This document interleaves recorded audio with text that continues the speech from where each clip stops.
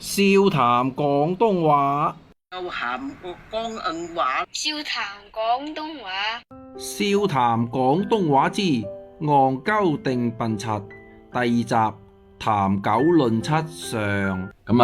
談狗論七，先談狗。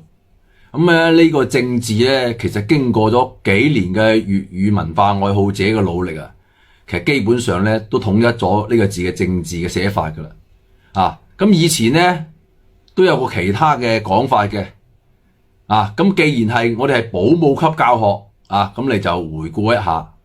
第一種咧就係 HK 方面嘅門字派啦。咁好多人都係信奉門字派嘅。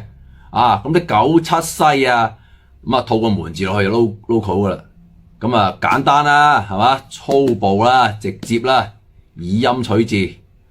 咁佢嘅缺點係咩咧？就唔係太經得起推敲嘅。第二種咧就用鳥類嘅其中一個啦，就係個鳩嚟表示嘅。原因係咩啊？因為咧南音咧同個鳥咧有啲形似就用咗呢個字嚟代替。咁個缺點同樣都係咧經唔起推敲。即係對唔住我哋古人造字嗰種水平。咁第三種啦，有個以獅字頭加個狗。咁呢個字咧粵語正確嘅讀音咧就係哮。咁佢就係指人、動物，包括嗰啲妖魔鬼怪最後嗰節尾龍骨。咁佢未趌出體外咧就係呢個哮。趌咗出嚟咧就係尾啦。所以咧古人係分得好清嘅。每一個形態佢都用每一個字去代表嘅。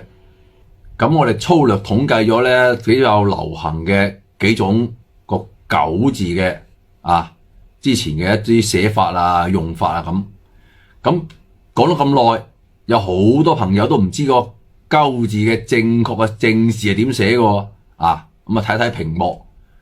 喺漢典度咧佢就係鳩渠右切陰鳩就係男子嘅陰啦。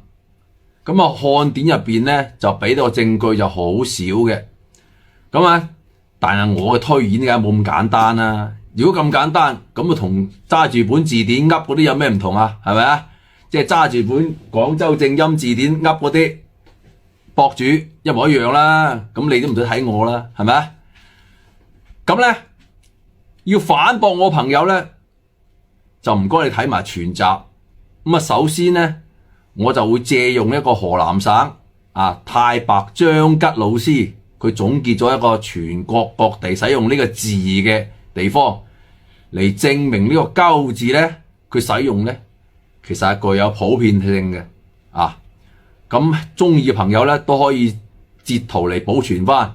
呢個咧就唔係我研究嘅成果嚟嘅。講明我係引用其他文學老師嘅。因為呢啲字咧喺全中國嚟講佢有使用，係一個好好嘅例證嚟嘅。推演到呢度咧，上一節講嘅戇居嘅變種詞戇鳩就推演埋出嚟啦。中意我哋嘅朋友咧就3連擊點讚收藏關注。我哋就繼續向下講落去。多謝大家。